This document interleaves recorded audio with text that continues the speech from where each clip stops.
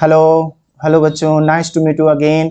इस video lectures में आप डायग्राम देख के ही समझ गए होंगे कि हमारा जो हम क्लास 10th में लाइफ प्रोसेस जो चैप्टर पढ़ रहे हैं, इस चैप्टर्स में बेटा पहले हमने पढ़ा कि लाइफ प्रोसेस क्या है और हमारे लाइफ प्रोसेस में कौन कौन से ऐसे प्रोसेस हैं जो हमारे लिए बहुत ही यूजफुल हैं। अगर ये प्रोसेस हमारे बॉडी में नहीं होंगे, ठीक है, तो हम सरवाइव नहीं कर पाएंगे।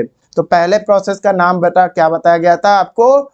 न्यूट्रिशन, जिसे हम डाइजेस्टिव सिस्टम भी पढ़ेंगे। तो digestion system, nutrition, okay, nutrition, right. पहला हमने पढ़ा था बेटा न्यूट्रिशन। सेकंड हमने पढ़ा था कि रिस्पिरेशन, ओके, एंड थर्ड हमने सिस्टम का बात किया था सर्कुलेटरी सिस्टम,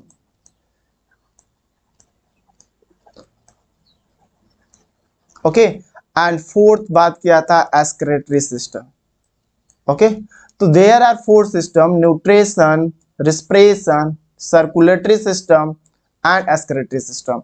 तो इसके अलावा भी मतलब बहुत सारे सिस्टम है हमारे बॉडी में जो रिक्वायरमेंट है लाइफ प्रोसेस के लिए, बट हमारे सिलेबस में बेटा सिर्फ nutrition, respiration, circulatory system and excretory system आपको पढ़ना है, ओके। तो जिसमें से हम लोग क्या पढ़ चुके हैं? हम लोग न्यूट्रिशन पढ़ चुके हैं, ठीक है। जिन बच्चों को जो हमारे चैनल पे नए हैं, तो वो बच्चे जा करके first video digestion in human being nutrition, उसमें बताया गया है ऑटोट्रॉप, सेटोट्रॉप जो भी है सारे एग्जांपल्स के एग्जांपल मोस्ट इंपॉर्टेंट है बेटा, तो उसमें मैंने मेंशन किया हुआ है, आप देख सकते हो। तो इस वीडियो लेक्चर्स में बेटा हम सेकेंड टॉपिक की बात कर रहे हैं, जैसा कि आपके डायग्राम में भी दिख रहा होगा, हमने नाम भी दिया हुआ है, आपको समझ में भी आ जाएगा, ठीक है। ये है हमारा रिस्पिरेशन, ठीक है। आज हम लोग बात करेंगे रिस्पिरेशन के बारे में, राइट। तो रिस्पिरेशन में बेटा क्या क्या पढ़ना होगा और क्या नहीं। तो स्टार्ट करने से पहले मैं आपको ये बोलूं कि बेटा आप ये बताओ, आपको सरवाइव करने के लिए क्या चाहिए। आपके स्क्रीन पर मैं एक डायग्राम शो कर रहा हूं, ठीक है। जैसे यहाँ पे ABCD करके मैंने डायग्राम लिखा हुआ है, ठीक है। तो यहाँ पे देखो A डायग्राम है, B है, C है, D है, E है और F भी है और G भी है, ठीक है। तो इस डायग्राम में अगर आप ध्यान से देखोगे, ठीक है, तो आपको क्या विजुअल हो रहा है बेटा? क्या देख पा रहे हो इस डायग्राम में? आप बताओ मुझे। देखो ए में क्या है कि बल्ब है, ठीक है, ग्लोइंग कर रहा है। ये जो बल्ब है ए का डायग्राम में, ये ग्लोइंग कर रहा है, ठीक है। बी में क्या है? There are two friends, they enjoy to each other, okay. C में क्या देख रहे हो? A person who study something, ठीक है। डी में क्या देख रहे हो? किसी ने कुछ थ्रो किया हुआ है, ठीक है, जो फ्लाइंग कर रहा है। एंड ई में क्या देख रहे हो? There are the sun, okay, which give the energies, sunlights, okay.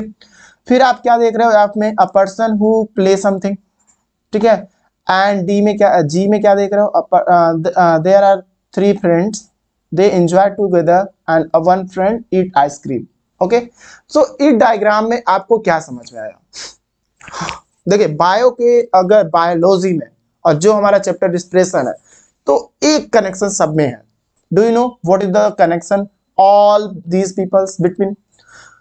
They expend energy. सबके सब में, यहाँ जो लिविंग है, नॉन लिविंग है, जो पर्सन है, जितना मैंने इस पॉइंट ए टू जितना भी जी तक मैंने बताया बेटा, सबके सब डायग्राम में ई का क्या हो रहा है? रोटेशन हो रहा है। जो ई है किसी में इन हो रही है, किसी से आउट हो रही है, मतलब सीधे बोले तो एनर्जी, ठीक है। Due to the help of sunlight plant absorb and make various type of food, okay. मतलब due to the photosynthesis green plant क्या बनाते हैं? फूड बनाते हैं और ऑक्सीजन रिलीज करते हैं। ये ऑक्सीजन जितने भी यहाँ के ह्यूमन बीइंग हैं सब कंज्यूम कर रहे हैं, ठीक है। क्या कर रहे हैं? ऑक्सीजन कंज्यूम कर रहे हैं। और जो फूड से प्लांट मिले हैं उन्हें कुक करके ये क्या कर रहे हैं? एंजॉय कर रहे हैं, ठीक है। क्यों फूड खाते हैं? Why they eat food? क्यों खा रहे हैं ये सब फूड? क्यों ये खाया जा रहा है? ये आइसक्रीम क्यों खा रहा है?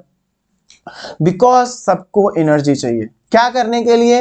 एंजॉय करने के लिए, वेरियस टाइप की एक्टिविटी परफॉर्म करने के लिए, ओके, तो इतना तो समझ में आ गया हमें एनर्जी कहाँ से मिलती है, वेरियस टाइप ऑफ फूड से मिलती है। जो प्लांट्स क्या है, प्रोड्यूसर है, उस प्लांट के वजह से हमें एनर्जी फूड के फॉर्म में मिलती है। बट बेटा ये फूड हमें डायरेक्टली एनर्जी प्रोवाइड नहीं करते हैं, इसीलिए हम लोग डाइजेशन को पढ़े थे। ठीक है, जो क्या था कि 5 स्टेप में हम लोग डाइजेशन को कंप्लीट करते हैं। जैसे कि इस बॉय को देख रहे हो, ये आइसक्रीम फीड कर रहा है। ठीक है, तो ये आइसक्रीम जो फीड कर रहा है, पहले इस क्या होगा, इसके ये माउथ के रास्ते माउथ में पहुंचाएगा, इंजेक्शन करेगा, फिर माउथ से इसोफेगस से होते हुए कहाँ पहुंचाएगा बेटा, स्टमक में पहुंचाएगा, फिर स्टमक से कहाँ पहुंचाएगा बेटा, स्मॉल इंटेस्टाइन में, वहां फूड और यूटिलाइज होकर के एब्जॉर्प्शन यही हो जाएगा स्मॉल इंटेस्टाइन के 3 पार्ट में, ड्यूडिनम, जीजिनम एंड इलियम। देखिए ड्यूडिनम पहला होगा, jejunum and ileum, duodenum, ileum and jejunum. ठीक है, ड्यूडिनम, इलियम एंड जीजिनम। ठीक है, तो there are 3 part of the small intestine. Some part में क्या होगा, डाइजेशन होगा, और सम पार्ट में क्या होगा बेटा, एब्जॉर्प्शन हो जाएगा, और वाटर एंड कुछ मिनरल्स रह जाएंगे, तो लार्ज इंटेस्टाइन में उनका एब्जॉर्प्शन हो जाएगा।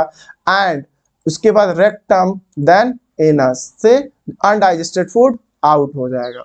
ठीक है, तो ये डाइजेशन होने से क्या फायदा हुआ, तो इसमें से जो, अब आ जाइए हम लोग बात कर लेते हैं इस डायग्राम की। जैसे ये मान लो बॉय है, ठीक है, इस बॉय ने देखो यहाँ ये सन, इसलिए सन को मेन सोर्स ऑफ एनर्जी बोलते हैं ऑन द अर्थ पे, right. Why we say that sun is the main source of energy on the earth surface, because जितने भी ग्रीन प्लांट हैं, ओके, जो फोटोसिंथेसिस बेटा करते हैं, राइट। तो आप लोग देख पा रहे हो कि यहाँ पे जो प्लांट्स है बेटा, ठीक है, वो क्या कर रहा है, सनलाइट लेकर के क्लोरोफिल के हेल्प से वो सनलाइट को ट्रैप करके केमिकल एनर्जी में कन्वर्ट कर रहा है और अपना फूड सिंथेसाइज कर रहा है, और कार्बन डाइऑक्साइड गैस को एटमॉस्फेयर से एब्जॉर्ब कर रहा है, और जिसके वजह से ये फूड बना पा रहा है। किस तरीके से, फोटोसिंथेसिस से। जब ये फूड बन के तैयार होता है, और ये कम्प्लेक्स कार्बोहाइड्रेट में होता है बेटा, जिसमें से एनर्जी तो है फूड के अंदर, बट इस फूड से एनर्जी हमें ऑब्टेन करने के लिए डाइजेस्टिव सिस्टम मतलब न्यूट्रिशन प्रोसेस को परफॉर्म करना पड़ता है। ठीक है, तो देखो बेटा, ऑक्सीजन भी ग्रीन प्लांट से हमें मिल रहा है और फूड भी मिल रहा है, और हम इन दोनों को, फूड को और ऑक्सीजन को, ये दोनों को हम क्या करते हैं, नोज से ऑक्सीजन ले रहे हैं, ठीक है, और फूड को माउथ से इंजेस्ट कर रहे हैं। फूड जब इंजेस्ट करते हैं बेटा, तो वो डाइजेस्टिव सिस्टम के प्रोसेस से डाइजेस्ट होकर के स्मॉल इंटेस्टाइन में एब्जॉर्ब होता है, और एब्जॉर्प्शन के बाद ब्लड में जाकर के डिसॉल्व हो जाता है। ये देख रहे हो क्या है, ये ब्लड है, जो आरबीसी है, ठीक है, रेड ब्लड सेल बोलते हैं बेटा, ठीक है, या रेड ब्लड कॉर्पल्स बोल लो, इरिथ्रोसाइट्स बोल लो, जिसके पास मैच्योर आरबीसी के पास न्यूक्लियस, ये भी एक सेल है, it is a type of cell which has no nucleus in mature mammalian RBC. ठीक है, और ये न्यूक्लियस रिमूव कर देता है, क्योंकि सरफेस एरिया बढ़ा देता है एचबी के लिए, मतलब हीमोग्लोबिन के लिए, जो आयरन प्रोटीन होती है। इतना तो क्लियर हो ही गया होगा आपको। ठीक है, और ये हीमोग्लोबिन ऑक्सीजन के साथ बाइंड करके ऑक्सी हीमोग्लोबिन बनाता है, ऑक्सी हीमोग्लोबिन। तो जब what happens when oxygen and blood bind with मतलब hemoglobin and oxygen bind together and form oxyhemoglobin, okay, oxyhemoglobin, right, ये याद रखिएगा। अब देखिए, तो बेटा जब यूटिलाइज कर लेते हैं फूड को, जो ब्लड में फूड चला जाता है शुगर के फॉर्म में, देखो जो ब्लड में फॉर्म, किस किस फॉर्म में फूड के मॉलिक्यूल्स पहुंचेंगे, तो देखो बेटा, जो फूड के मॉलिक्यूल्स हैं हमारे ब्लड में आएंगे अमीनो एसिड के फॉर्म में, जो प्रोटीन का ब्रेकडाउन होकर बनता है। अमीनो एसिड कहां से आया हमारे बॉडी में, प्रोटीन के ब्रेकडाउन से हुआ, पेप्टोनेजन बनेगा, और मतलब समझ जाइए कि प्रोटीन का डाइजेशन स्टमक में स्टार्ट हो जाता है, पेप्सिन एंजाइम के द्वारा पेप्टोनोज बनाता है, और ये पेप्टोनोज बेटा ट्रिप्सिन एंजाइम के द्वारा टूट करके अमीनो एसिड बन जाता है, पहला। ठीक है, और कार्बोहाइड्रेट मतलब स्टार्च, स्टार्च का ब्रेकडाउन माउथ में होता है सलेब्री एमाइलेज। ठीक है, सलेब्री एमाइलेज कहाँ मिलेगा? सलाइबा में। सलाइबा कहाँ से आएगा? हमारे पास 3 सलेब्री ग्लैंड होते हैं हमारे माउथ में। ठीक है, एक यहाँ पे और एक यहाँ पे और एक यहाँ पे, जिनका लोकेशन है नाम भी दिया जाता है।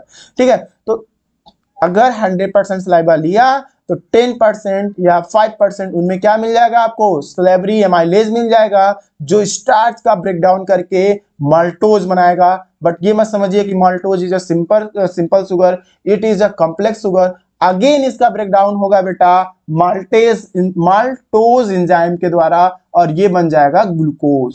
ठीक है, तो यहां से हमें ग्लूकोज मिल गया और हमारी बॉडी जो है galactose, glucose, fructose, fatty acid and glycerol.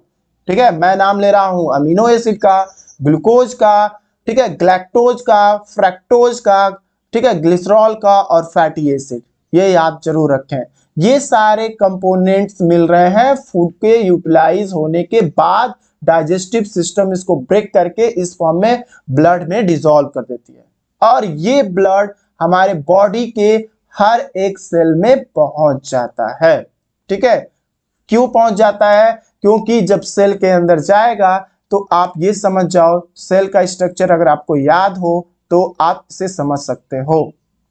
हाँ बेटा, तो ये आपके डायग्राम पे मैंने डेस्कटॉप पे शो कर दिया। देखो, मैं ये कह रहा हूं कि जब मैं ऑक्सीजन लेता हूं नोज के नॉस्ट्रिल्स के थ्रू, तो ये बेटा लंग्स में जाएगा, लंग्स के एल्बोलस से। ठीक है, लंग्स के किससे बेटा? देखो यहाँ पे, यहाँ नॉस्ट्रिल्स हैं, इस नॉस्ट्रियल से ऑक्सीजन इन होगा, नोस्टल कैविटी में पहुंचेगा, वहां फिल्ट्रेशन होगा, इपिग्लोटाइस से वो आएगा और कहां पहुंच जाएगा? इसोफेगस में, सॉरी ट्रैकिया में। ट्रैकिया को विंड पाइप कहते हैं, लैरिंक्स हमारा ओपनिंग बोल सकते हैं। ठीक है, तो trachea is a wind pipe और यहां से ब्रोंचियोल्स, ब्रोंची देन ब्रोंचियोल्स में इंटर करेगा और बेटा ब्रोंचियोल से जब ये पहुंचेगा कहां पे? ये ग्रेप्स लाइक छोटे छोटे यहाँ पे अंगूर की तरह क्लस्टर फॉर्म में एल्बोलाई होंगे। ये एल्बोलाई यहाँ पे क्लियरली आपको दिखा रहा हूं और इसमें गैसों का एक्सचेंज होता है क्योंकि ब्लड कैपिलरीज यहाँ आती हैं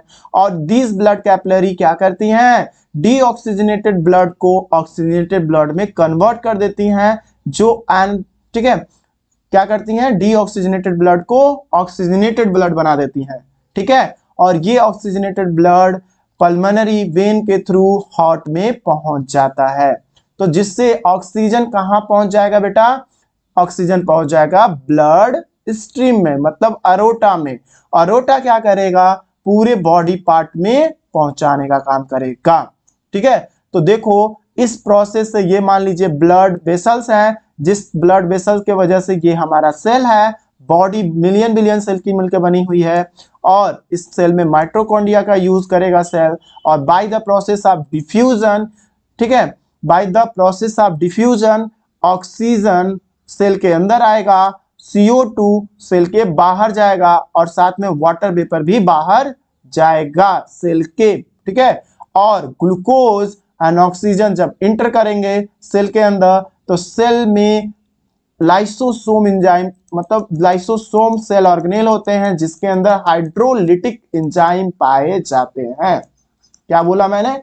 हाइड्रोलिटिक एंजाइम होते हैं। ये हाइड्रोलिटिक एंजाइम बेटा क्या करते हैं? सेलुलर रिस्पिरेशन में हेल्प करते हैं, इसलिए बोला भी जाता है कि रिस्पिरेशन में ठीक है, सेलुलर रिस्पिरेशन बोलिए या रिस्पिरेशन बोलिए, रिस्पिरेशन में एंजाइम का यूज होता है। ठीक है, और वहीं ब्रीदिंग जब पढ़ाएंगे तो ब्रीदिंग में एंजाइम का यूज नहीं होता है। ब्रीदिंग जो होती है सेल के बाहर होती है और रिस्पिरेशन जो होता है बेटा सेल के अंदर होता है, इनसाइड द सेल। तो ये हाइड्रोलिटिक एंजाइम ग्लूकोज को तोड़ करके क्या बना रही हैं? पायरोबिक 2 मॉलिक्यूल ऑफ पायरोबिक एसिड बना रही हैं और 2 ATP जनरेट कर दे रही हैं यहाँ पे। ठीक है, इसी प्रोसेस को ग्लाइकोलिसिस प्रोसेस कहते हैं। ये ग्लाइकोलिसिस कहाँ हो रहा है? सेल के साइटोप्लाज्म में हो रहा है बिना ऑक्सीजन के। ठीक है, और ये ऑक्सीजन माइटोकॉन्ड्रिया के अंदर जाएगा। ठीक है, और माइटोकॉन्ड्रिया माइटोकॉन्ड्रिया के अंदर पायरोबिक एसिड 2 मॉलिक्यूल ऑफ पायरोबिक एसिड जाएगा और ऑक्सीजन जाएगा 6 मॉलिक्यूल। वो ब्रेक डाउन करके क्या बनाएगा? 686 किलो कैलोरी जूल एनर्जी, जिसमें से बेटा क्या कर रहा है 420 किलो कैलोरी जूल हीट के फॉर्म में रिड्यूस कर देगा 266 kilo calorie joule ATS process के हेल्प से एटीपी 36 एटीपी बनाएगा, ठीक है। और ये 36 प्लस 2 मिलकर के 38 एटीपी बन जाएंगे। This is a energy currency of the cell, okay. और इसी के वजह से हम वेरियस टाइप एक्टिविटी को परफॉर्म कर पाते हैं, स्पीक कर पाते हैं, बोल पाते हैं, चिल्ला पाते हैं।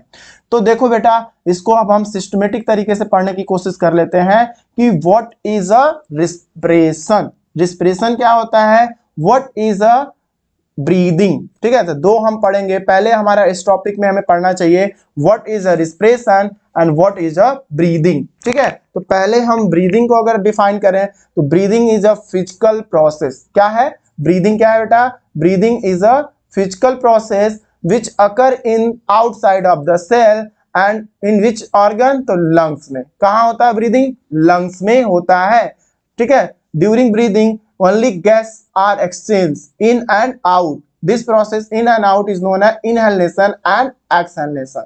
Okay, तो हमने कहा breathing is a physical process in which process gas are only exchanged, which this exchange of gas is known as inhalation and exhalation. It occur inside the lungs. Okay, no enzyme involved in the breathing, no energy is formed during breathing. Okay, ये हमारा concept है breathing का। तो I hope breathing के बारे में आप समझ गए होंगे। आगे हम लोग ब्रीदिंग और रिस्पिरेशन में डिफरेंशिएट पढ़ेंगे, ओके। तो रिस्पिरेशन को भी अगर समझाएं, what is a respiration, respiration क्या होता है बेटा, तो respiration is a biological chemical process या बायोकेमिकल प्रोसेस। क्या है, हमने बोला respiration is a biochemical process और ब्रीदिंग क्या है, फिजिकल प्रोसेस। इसको क्या बोलते हैं बेटा, फिजिकल, ठीक है, फिजिकल प्रोसेस। और वहीं रिस्पिरेशन को हम बोलते हैं बायोकेमिकल प्रोसेस, क्योंकि ये लिविंग ऑर्गेनिज्म के सेल, लिविंग सेल के अंदर हो रहा है, इसलिए बायोकेमिकल हो गया।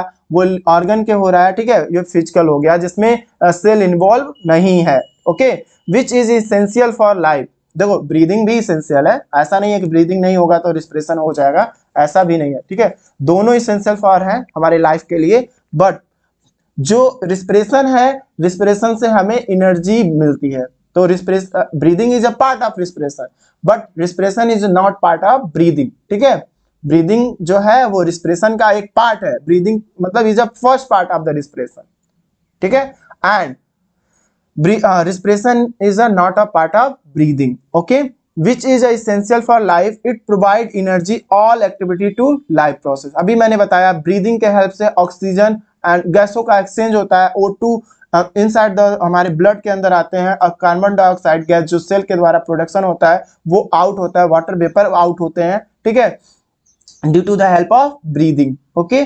तो अगर हमें डिफाइन करना हो रिस्पिरेशन को तो हम सीधे बोलेंगे respiration is a biochemical process in which process energy is form after breakdown of glucose inside the cell by the help of hydrolytic enzyme and mitochondria in the form of adenosine triphosphate which is a energy currency of the cell. तो देखोगे बेटा इस diagram में भी आप अगर ध्यान से देखो तो इस डायग्राम में रिएक्शंस लिखे हुए हैं, ठीक है। इस रिएक्शन में क्या लिखा हुआ है अगर नहीं दिख रहा तो मैं यहाँ मेंशन कर रहा हूं, जैसे कि ग्लूकोज C6H12O6 ग्लूकोज मिला, 6 मॉलिक्यूल ऑफ ऑक्सीजन का यूज किया, ठीक है। और ये ग्लूकोज तो पहले टूटेगा पायरोबिक एसिड में, बट डायरेक्टली यहाँ भी अब एक रिएक्शन आपको जनरल रिएक्शन लिखना है बेटा, जिसका ब्रेकडाउन किसमें हो रहा है, 6 molecule of carbon dioxide gas, 6 molecule of water vapour and 38 ATP energy के फॉर्म में टूट रहा है, ठीक है। 1 ग्लूकोज का ब्रेकडाउन 6 मॉलिक्यूल ऑक्सीजन के प्रेजेंस में होता है और ये 6 molecule of carbon dioxide gas बनाते हैं, 6 मॉलिक्यूल ऑफ वाटर वेपर बनाते हैं एंड 38 एटीपी एनर्जी बनाते हैं, जो वाटर वेपर है और कार्बन डाइऑक्साइड गैस है ये हमारे बॉडी से रिमूव हो जाते हैं bye the process of diffusion, bye the process of breathing. Okay, and 38 ATP store हो जाते हैं हमारे बॉडी में और various type of activity perform करने के लिए। और ध्यान से अगर आप देखोगे बेटा तो आपको क्या समझ में आएगा कि आपको फोटोसिंथेसिस का, ठीक है, फोटोसिंथेसिस आपका रिएक्शन याद है? देखिए ध्यान से देखिए, फोटोसिंथेसिस में जो पहले क्या होता है बेटा, वाटर यूज करता है प्लांट, CO2 यूज करता है प्लांट, ठीक है, और क्या करता है मतलब ओके, क्लोरोफिल के वजह से सनलाइट को कन्वर्ट करके केमिकल एनर्जी बनाता है। ओके, और क्या करता है, C6H12O6 और क्या देता है बेटा, ऑक्सीजन देता है। ठीक है, तो 6 मॉलिक्यूल सब में 6 ऐड कर दीजिए। तो देखो एक तो यहाँ केमिकल एनर्जी है, कार्बन डाइऑक्साइड गैस है, ठीक है, वाटर भी है, ठीक है। देखो इसी का अपोजिट होता है रिस्पिरेशन। मैं ये रिएक्शन क्यों लिख रहा हूं, तो मैं ये बताना चाह रहा हूं बेटा कि जो रिस्पिरेशन है, ठीक है, वो फोटोसिंथेसिस का ही क्या है, अपोजिट रिएक्शन हो रहा है। क्यों, जब प्लांट ग्लूकोज बनाता है, ठीक है, फोटोसिंथेसिस करके जब वो फूड तैयार करता है तो उस समय वो water vapour, carbon dioxide gas और केमिकल एनर्जी का यूज करके ग्लूकोज और ऑक्सीजन का प्रोडक्शन करता है। ठीक है, और हम क्या करते हैं, उस ग्लूकोज को ऑक्सीजन यूज करके ब्रेक करके carbon dioxide gas, water vapour और एनर्जी कंज्यूम करते हैं। तो कहीं ना कहीं देखो ये केमिकल एनर्जी ही हमारे बॉडी में आई जो सनलाइट से मिली थी प्लांट को, और वो प्लांट से एनर्जी हमें मिल जाएगी। ठीक है, तो ये इस तरीके से कर सकते हो कि रिस्पिरेशन जो है वो फोटोसिंथेसिस के अपोजिट होता है। ठीक है, ओके, अब हम कंपेयर कर लेंगे कंबस्टन में, ठीक है, सेलुलर रिस्पिरेशन में या टिश्यू रिस्पिरेशन क्या होते हैं बेटा, इसे भी हम समझ सकते हैं। ठीक है, तो नेक्स्ट वीडियो लेक्चर्स में बेटा इसको कंटिन्यू करेंगे। ये फर्स्ट वीडियो लेक्चर है, तो प्लीज फर्स्ट ये लेक्चर आपको बहुत इफेक्टिव होगा, बहुत समझ में भी आया होगा, एक बार और ध्यान से देख सकते हैं आप लोग। और सेकेंड वीडियो लेक्चर्स में आपको एक्सप्लेन हम इजी लैंग्वेज में इसे कर देंगे, जिसमें आपको combustion, cellular and tissue respiration पढ़ा दिया जाएगा। ठीक है, इसके आगे जस्ट मैं ये भी बताऊंगा कि रिस्पिरेशन, देखो बेटा जो रिस्पिरेशन होते हैं वो दो तरह के होते हैं, aerobic respiration and anaerobic respiration. मतलब एक ऑक्सीजन के प्रेजेंस में रिस्पिरेशन होगा और एक बिना ऑक्सीजन के प्रेजेंस में रिस्पिरेशन होगा। तो जो ऑक्सीजन इन्वॉल्व होगा, जो मतलब जब ब्रेकडाउन ग्लूकोज का होगा तो उसमें ऑक्सीजन अगर इन्वॉल्व हो रहा है बेटा, तो आप क्या बोल दोगे, जब ऑक्सीजन इन्वॉल्व हो रहा है तो कौन सी रिस्पिरेशन होगी, एरोबिक रिस्पिरेशन होगी। और जब ऑक्सीजन नहीं इन्वॉल्व हो रहा है बेटा तो उसे क्या बोल दोगे, एनरोबिक रिस्पिरेशन होगी। ठीक है, एरोबिक रिस्पिरेशन में ऑक्सीजन का यूज करके जो ऑर्गेनिजम्स होते हैं वो 1 मॉलिक्यूल ऑफ ग्लूकोज का 38 एटीपी एडिनोसिन ट्राइफॉस्फेट बनाते हैं। ओके, वहीं हम दूसरी ओर बात करें तो जो एनरोबिक रिस्पिरेशन वाले ऑर्गेनिजम्स हैं, जो ऑक्सीजन का यूज नहीं कर रहे हैं, ठीक है, ग्लूकोज का ब्रेकडाउन करने में, वो 1 मॉलिक्यूल ऑफ ग्लूकोज का ब्रेकडाउन 2 एटीपी एडिनोसिन ट्राइफॉस्फेट में करते हैं। ओके, और साथ साथ में या तो इथाइल अल्कोहल बनाएंगे या तो लैक्टिक एसिड बनेगा। जैसे कि हम बहुत हैवी एक्सरसाइज कर रहे हैं, अगर हम बहुत हैवी एक्सरसाइज कर रहे हैं, हैवी एक्सरसाइज करने के समय क्या होगा, हमारे बॉडी में एनर्जी की कमी होगी, लैकनेस होगी। ओके, और वो लैकनेस के वजह से बॉडी को एनर्जी की इंस्टेंट जरूरत पड़ेगी और हमें ऑक्सीजन की, अगर इंस्टेंट एनर्जी की जरूरत पड़ रही है तो ब्लड में न्यूट्रिएंट्स होना चाहिए, सेल के पास न्यूट्रिएंट्स होना चाहिए और सेल के पास ऑक्सीजन होना चाहिए। अगर हम हैवी एक्सरसाइज कर रहे हैं तो हमारी ब्रीदिंग रेट भी बढ़ेगी, ऑक्सीजन की लैकनेस होती है तो इसलिए हमारी ब्रीदिंग रेट भागती है, तेज हो जाती है। ठीक है, और ऑक्सीजन की लैकनेस के वजह से ग्लूकोज का ब्रेकडाउन मसल सेल में डायरेक्टली हो जाता है 2 एटीपी एनर्जी के फॉर्म में, और वो लैक्टिक एसिड बना देता है और ऑक्सीजन का यूज किए बिना। ठीक है, तो हम बोल सकते हैं जब हम हैवी एक्सरसाइज करते हैं या हैवी वॉक करते हैं उस समय हमारे बॉडी में बेटा क्या होते हैं, एनरोबिक रिस्पिरेशन होते हैं, वो भी मसल सेल में इंस्टेंट एनर्जी की रिक्वायरमेंट के वजह से वो 1 ग्लूकोज मॉलिक्यूल को 2 एटीपी एनर्जी बनाता है और लैक्टिक एसिड प्रोड्यूस कर देता है। लैक्टिक एसिड हमें क्या करेगा? लैक्टिक एसिड हमें पेन फील कराता है, ठीक है। और इस पेन से बचने के लिए हमें गुनगुने पानी से बाथ ले लेना चाहिए, या टेबलेट्स मार्केट में होते हैं जिससे आपको इंस्टेंट रिलीफ मिल जाती है।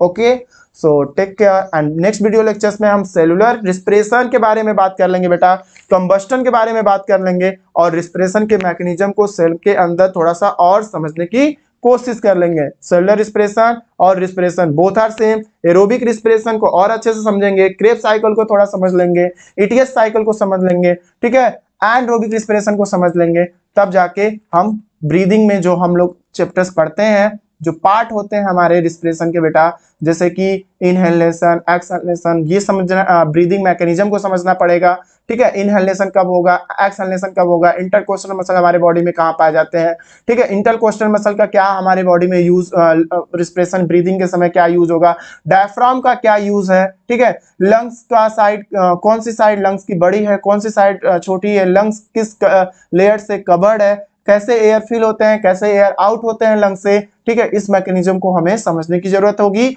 और हर एक पार्ट को हमें एक्सप्लेन करना होगा। नोस्ट्रियल को, नोसल कैविटी को, ट्रैकिया को, ब्रोंची को, ब्रोंचियोल्स को, एल्बोलाई को, एल्बोलस को, और एल्बोलस के अंदर कैसे गैसों का एक्सचेंज होता है, तब जाके हमारी breathing human respiratory system complete हो जाएगा। तो नेक्स्ट वीडियो लेक्चर्स में हम इसे कंप्लीट कर लेंगे। Take care and wait, bye.